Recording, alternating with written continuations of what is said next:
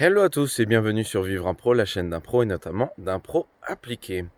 Aujourd'hui une vidéo pour vous parler de quelque chose qui m'était arrivé une fois en atelier d'impro et qui je pense peuvent avoir des répercussions gentilles ou moins gentilles lorsqu'on fait des interventions en entreprise.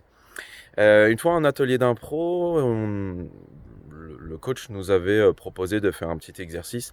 Il s'agissait de fermer les yeux, de se mettre par deux. Et alors qu'on fermait les yeux et qu'on était l'un en face de l'autre, on devait se toucher les doigts. Voilà, comme ça. Pas des caresses, mais bon, on devait se toucher les doigts. Et j'avais jamais fait, hein, je savais pas trop ce que ça allait donner. Je me dis, bon, allez, pourquoi pas.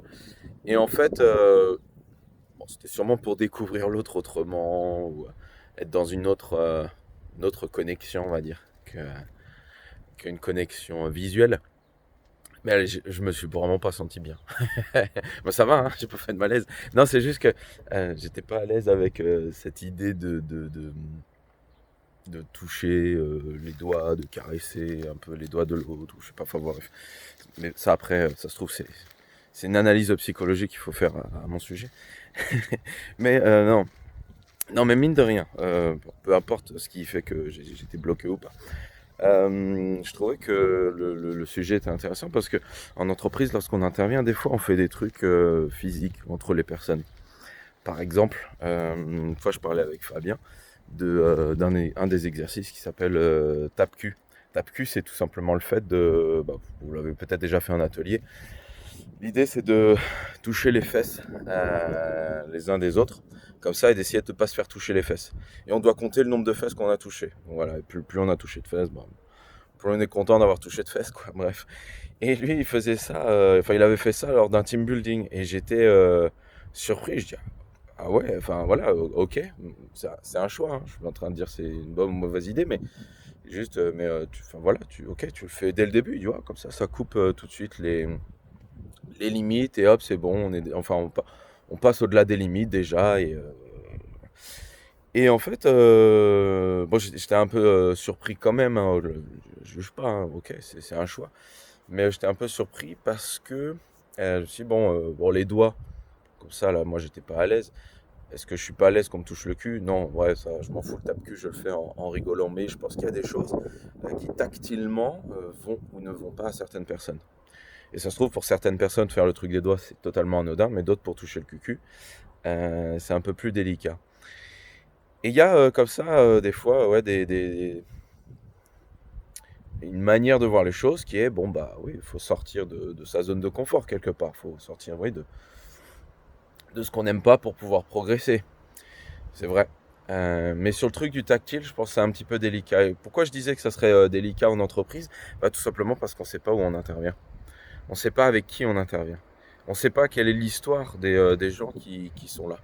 Et, euh, et pour être déjà intervenu en entreprise, alors, plus sur du théâtre forum, pour des questions de harcèlement sexuel, notamment, bah, il y a quand même cette question du bah ouais, mais si je fais un tape-cul avec des gens où il s'est passé quelque chose dans l'entreprise, si jamais voilà, on fait un truc de caresse des doigts avec des gens qui où c'est un peu tendancieux, ou il peut y avoir des petits problèmes, bref, qu'est-ce qu'on fait avec ça? Qu'est-ce qu'on fait avec ça? Voilà, donc du coup, des fois, c'est un petit peu délicat. Et c'est pas parce que c'est ludique, c'est pas parce que c'est rigolo l'impro et que ça permet de sortir parfois des zones et qu'on a des valeurs qu'on souhaite faire partager, comme sortir de sa zone de confort. Euh, je pense qu'il faut faire attention à qui on intervient et comment on intervient, et pas faire n'importe quoi avec n'importe qui. C'est pour ça que je dis pas qu'il faut pas faire ce genre d'exercice. Je dis juste qu'il faut prendre certaines précautions. Et potentiellement, une des choses qui est faisable, un truc qui peut être intéressant, et que je fais, mais dans certaines conditions, parce que de manière, je fais pas le tape-cul. Voilà, c'est un choix. Euh, le fait de tout simplement demander aux gens qu'est-ce qu'ils acceptent, qu'est-ce qu'ils acceptent pas. Voilà, qu'est-ce qu'ils acceptent pas en atelier, en team building, enfin voilà, bref, vous intervenez dans une entreprise, vous allez faire des choses, de donner dans le cadre cette possibilité de dire je refuse, ou de dire bah ça c'est ma limite, je veux pas qu'on fasse des trucs comme ça. À doser, à voir et à en parler en fonction de ce qui va être dit, parce que si effectivement ça pose trop de limites et que pour vous, vous pouvez plus intervenir, bon, voilà, faut donner un cadre rassurant aussi pour les personnes. Et je pense que de poser la question fait partie de cet élément rassurant.